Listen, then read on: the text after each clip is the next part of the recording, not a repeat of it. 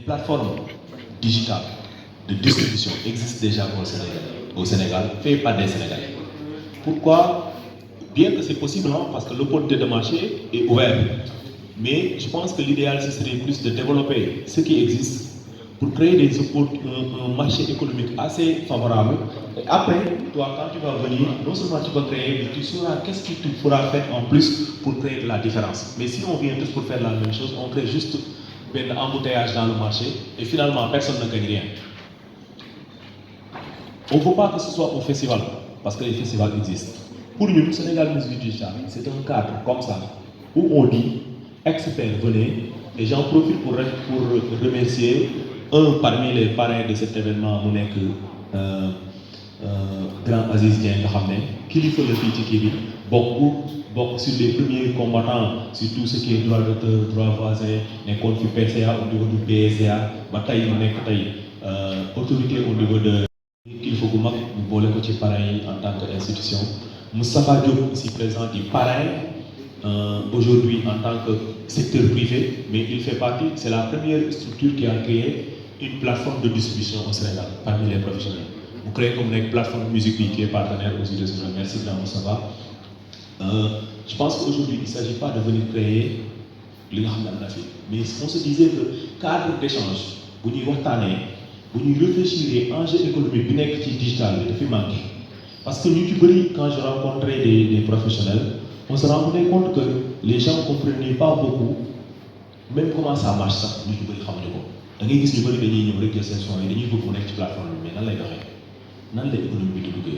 il y a de l'argent, oui, mais comment ça marche? Et on se rendait compte qu'aussi, il y avait des droits dans ce numérique. Dans les nouvelles stations, on est sur la mais il y a des droits révisionnels. Nous, plus nous avons fait des recherches parce que j'étais intéressé par l'édition musicale. Et c'est ça qui a attiré mon attention, parce qu'on se rendait compte qu'il y a beaucoup de choses que les gens ne connaissaient pas. Mais nous savons ça, nous avons suivre. Parce que aussi, c'est assez complexe comme nous avons suivre les droits. Mais pour moi, ce n'est pas diable. Il suffit que certaines personnes qui sont dans le secteur, mais nous avons fait le livre. Mais vous n'êtes pas producteur, vous n'êtes pas chanteur, non, non. C'est que nous devons accompagner la dynamique économique, mais aussi nous attendre. Donc, le Sénégal Musique Digital, j'appelle le cadre pour nous nous avons cette préoccupation pour nous attendre quel pour vous les étudiants, ça peut être des opportunités de dire, ok, moi je suis dans le digital, mais qu'est-ce que je vais faire comme métier? Parce que c'est affaire de bari. Nous peut-être community manager mais il y a d'autres domaines dans le domaine du digital. Et tout ça, on rencontre des professionnels, expérience de l'infinion, des préoccupations qu'on a retrouvées sur le terrain. Tu vois, artistes, entrepreneurs, investisseurs, professionnels, experts internationaux, des salons internationaux. On veut se spécialiser dans l'économie numérique. Parce que nous, au Sénégal aussi, nous avons cette technologie, des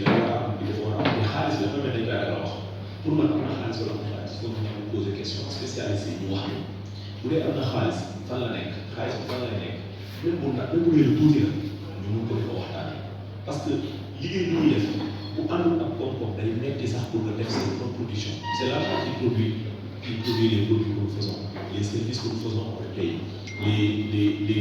comme c'est payant aussi dans notre secteur. Mais pour nous, il faut qu'on fasse le xaalis. Chers invités, en vos rangs, titres et qualités, nous sommes contents aujourd'hui de vous recevoir à la Maison de la Culture de Pessec à l'occasion de l'ouverture du Sénégal Musique Digitale de cette année. Donc, juste dire que c'est un événement que nous soutenons parce que nous sommes vraiment partenaires avec les organisateurs et c'est, on va dire, c'est la deuxième ou troisième fois que nous accueillons un événement de cette envergure chez nous et que l'association qui organise Moustapha, qui est le président de l'association des agents des artistes et managers, voilà, est notre partenaire privilégié. Donc nous sommes vraiment très contents de vous avoir aujourd'hui et de comprendre que c'est une opportunité qui nous est offerte pour va dire, commencer un partenariat avec les acteurs culturels et de dire que la Maison de la Culture Boutesec est un espace ouvert et c'est également une opportunité qu'on offre aux acteurs de venir profiter de l'espace que nous avons parce qu'en vérité, je le dis toujours et tout le temps, nous sommes un contenant et les acteurs culturels sont le contenu. Secteur, en fait, de manière générale, de la musique et particulièrement de ce qui est en fait l'implication digitale et numérique dans ce secteur. C'est d'autant plus important qu'on peut dire que les 30 dernières années que nous avons vécues, on a vu une révolution du numérique qui est incroyable. Il y a 30 ans, votre téléphone portable n'existait pas. On pensait que vous êtes fou si vous ne pensez parler à quelqu'un qui est en Russie ou bien directement comme ça, on dirait que ça ne va pas. Aujourd'hui, on est bien au-delà de cela et le numérique traverse toutes les activités, soit les activités de la culture, toutes les activités de manière générale, jusqu'à la réflexion et même à la recherche. On parle d'intelligence artificielle aujourd'hui, le numérique est devenu incontournable et a une place de plus en plus importante dans le cadre de la musique et de manière générale, tout ce qui est art. C'est incontournable. Donc, merci encore, Minoura, pour pouvoir inviter les acteurs à réfléchir et à discuter de ces questions. De saluer Moustapha et toute son équipe, et de féliciter pour son initiative, saluer les experts qui sont là, dont Moustapha encore, qui est un grand pionnier dans son domaine, mais il va s'exprimer. Saluer le public qui est là et tous ceux qui nous aident pour la logistique, musiciens et autres. Alors, je partage ce que Moustapha a dit, donc je ne vais pas répéter. Ce que je voudrais juste demander. Sur son téléphone mobile ou sur son ordinateur. Nous avons développé à côté de ça, en fonction des réalités du terrain sur lequel nous évoluons, puisque la grande partie de notre activité est basée sur l'Afrique ou sur des pays émergents. Donc nous avons développé des moyens de paiement alternatifs. Donc en gros, nous sommes un opérateur vaste qui opère sur le secteur du digital adossé aux télécoms. Et de solides partenaires télécoms justement nous permettent donc de propulser des services en OTT, des applications en OTT, telles que ZXN, telles que PlayVOD par exemple, de sorte à ce que nos consommateurs puissent avoir accès à la même qualité de service, mais avec des moyens de paiement qui sont adaptés à nos réalités. Voilà, juste qui sont acteurs sur l'écosystème. Pour ceux qui sont producteurs de contenu, de l'esprit, pour ceux qui, d'une manière ou d'une autre, essaient de faire avancer le mouvement, c'est extrêmement important. C'est pour ça que Digital Video a mis du prix pour que nous soyons là. Il y a 2 personnes qui arrivent d'Abidjan, il y a les équipes de Dakar, parce que beaucoup de personnes portent ce projet de digitaliser la musique et l'écosystème. Il a parlé tout à l'heure d'Ibrahim Akan. Je voudrais saluer l'énorme travail qu'il a abattu sur le Sénégal, sur Dakar particulièrement, pour propulser ZXN et pour propulser surtout la musique sénégalaise. Et beaucoup de personnes comme lui font un travail de fourmi justement pour permettre à cet écosystème de se moderniser, d'évoluer et surtout de devenir plus ou moins rentable pour les différents acteurs. C'est la finalité. Pour nous tous qui opérons dans l'écosystème, la finalité c'est de générer du business pour le producteur, pour l'artiste, pour ceux qui éditent, pour tous ceux qui interviennent dans la chaîne de valeur, générer du business. Et donc ce type d'événement permet donc à tous ceux-là de se rencontrer, de partager leur expérience, de partager surtout ce qu'il ne faut pas faire, parce que c'est le plus important, et puis au final donc de dynamiser, de redynamiser, de pousser plus loin notre écosystème. Merci. En résumé, c'est la division en contenu non contenu sur Internet. C'est la division en contenu non contenu sur Internet. Je m'explique. C'est-à-dire, c'est le fait de suivre de la vidéo sur Internet ou de la musique sur Internet sans l'avoir possédé. Ok. Concernant la question posée pour le streaming, on peut dire que ça signifie écouter la musique ou regarder des vidéos en temps réel sans pourtant télécharger des fichiers pour le regarder plus tard. Merci beaucoup. Merci. Je parle direct pour donner les exemples. Les exemples de plateformes streaming sont Uber, Netflix, d'où les utilisateurs consomment des vidéos, des musiques et autres. Merci à tous. À partir du service que le met à disposition, sans pouvoir récupérer le fichier dans un format que vous pouvez lire. Parce qu'il y a la possibilité de télécharger un contenu dans une application, donc dans un format propriétaire, mais de ne pas pouvoir bénéficier d'un format qui est partageable que tout le monde peut utiliser. Un livre sur Internet que je lis, est-ce que c'est du streaming?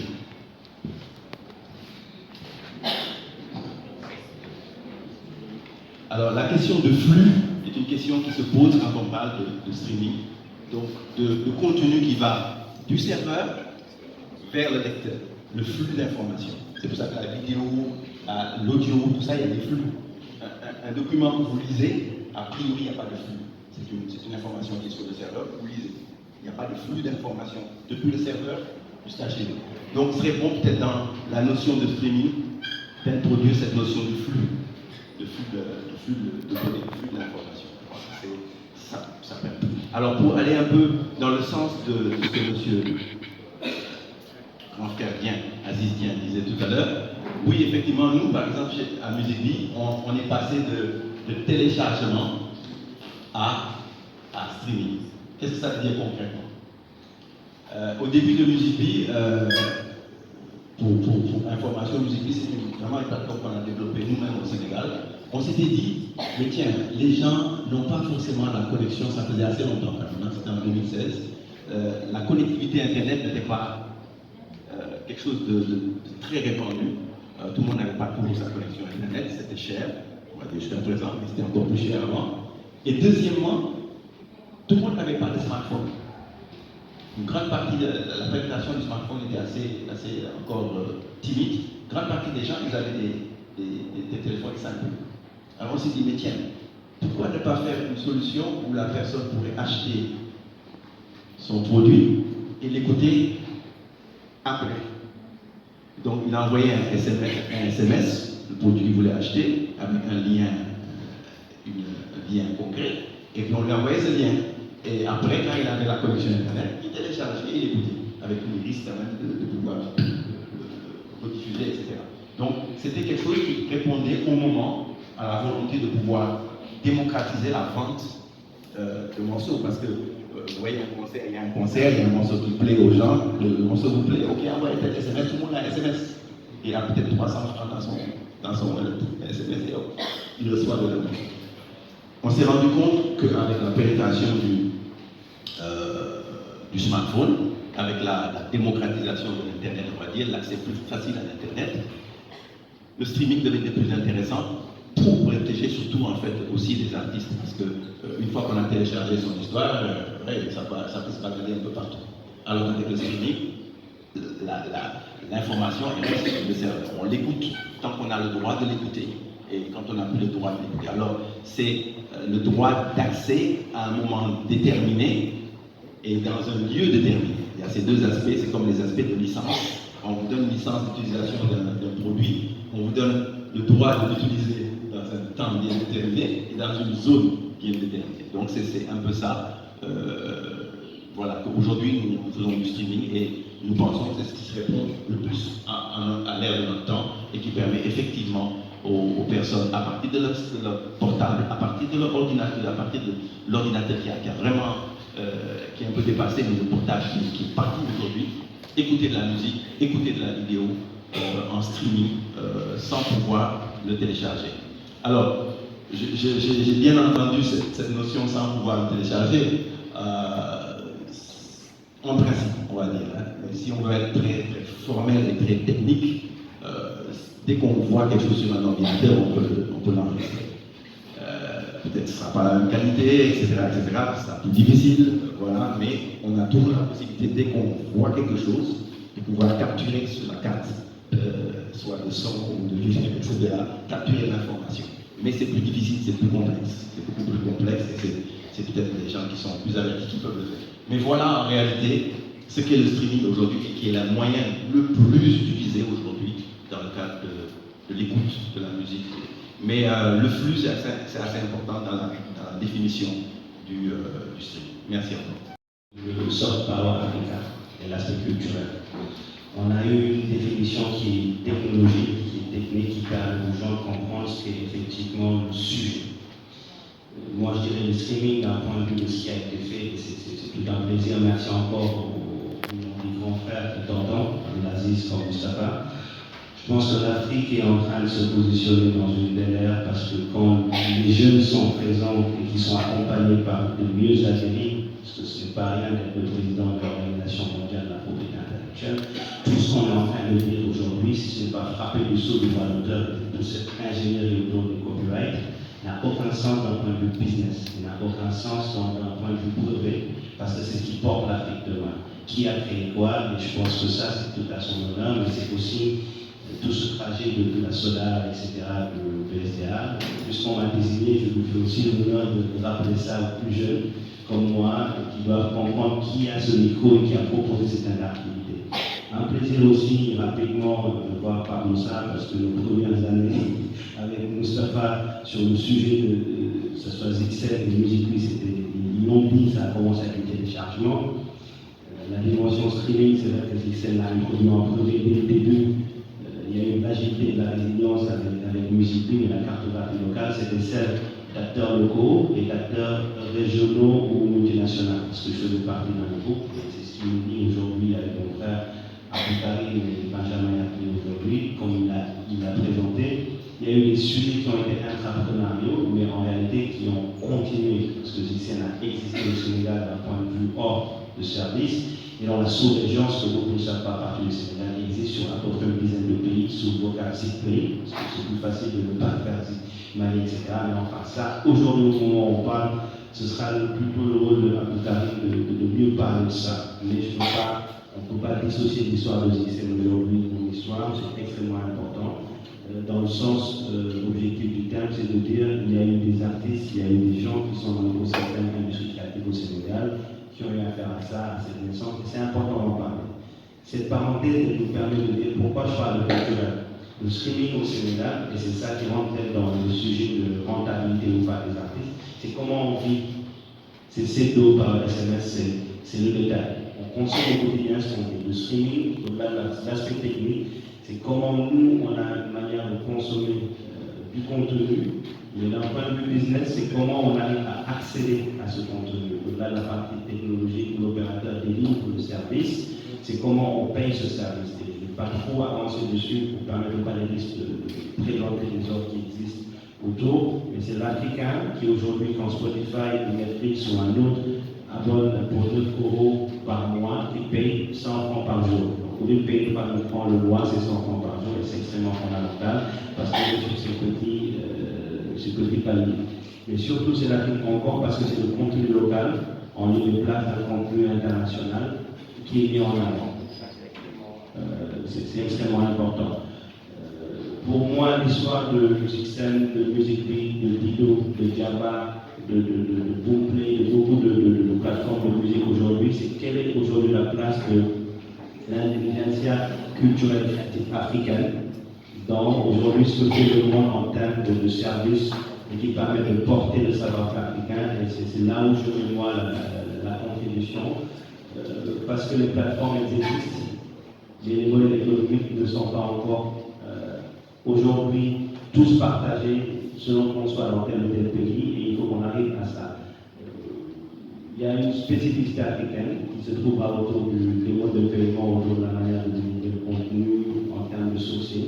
Et je pense que je laisserai plus de temps aux panélistes qui sont bien habilités aujourd'hui en discuter, et certainement sur le panel qui nous concerne l'après-midi, on abordera davantage de sujets. C'est un honneur, ça fait vraiment plaisir d'échanger avec vous. Et c'est pas pour rien que tous ceux qui ont contribué jusqu'à présent à l'essor de tout ça soient là. Et merci encore pour les meilleures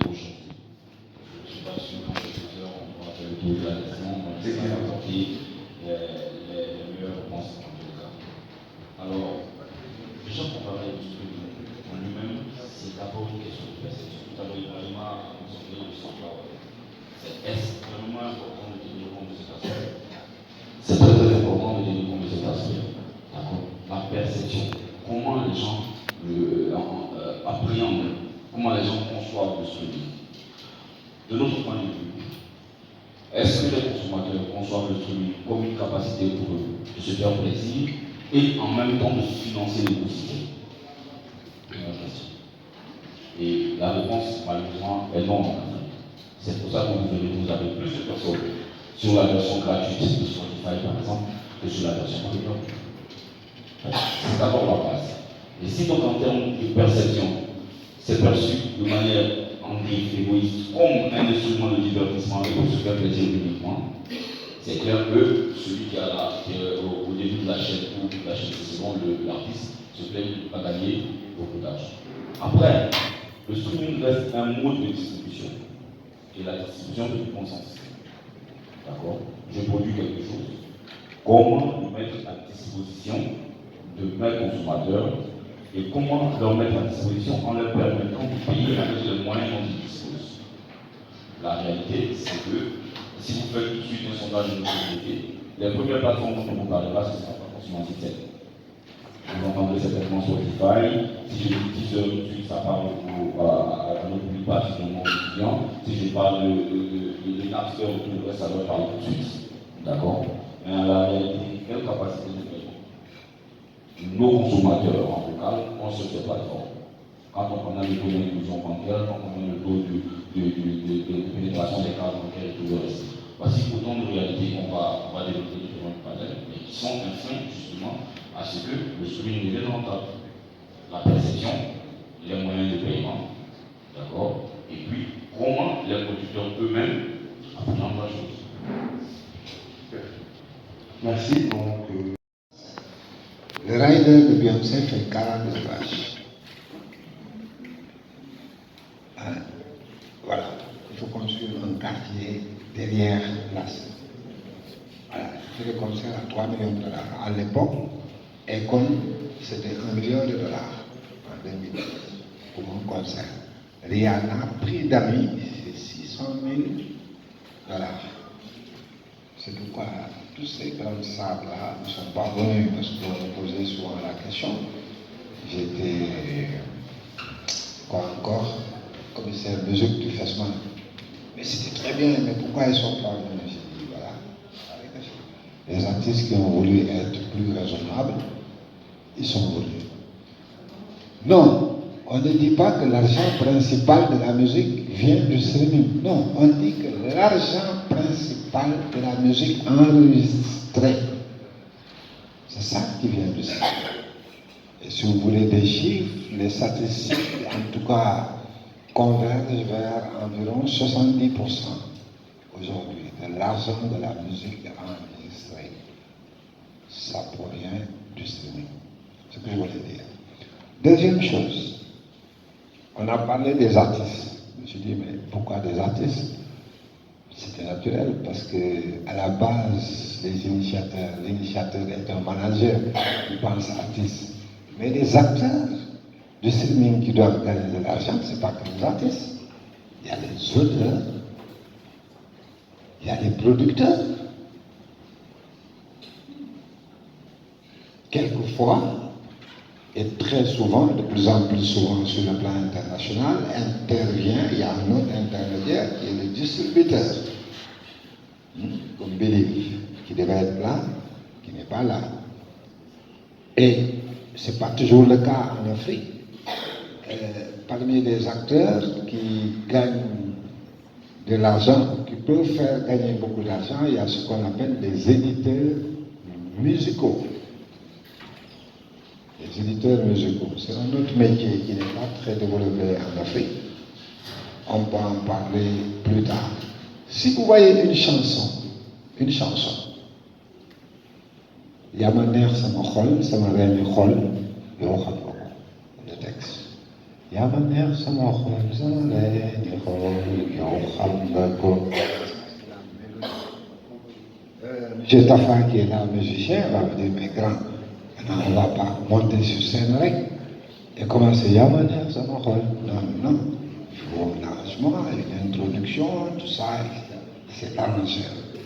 Donc vous voyez, dans un seul morceau de musique, quand je simplifie, il y a 3 ayants droit. L'auteur du texte, il y a mon son rôle. L'auteur de la mélodie, l'air, il y a mon son rôle. L'auteur de l'arrangement, celui qui a dit, mais on va commencer par un solo de piano, et ainsi de suite, et comme ça, sur un morceau de musique.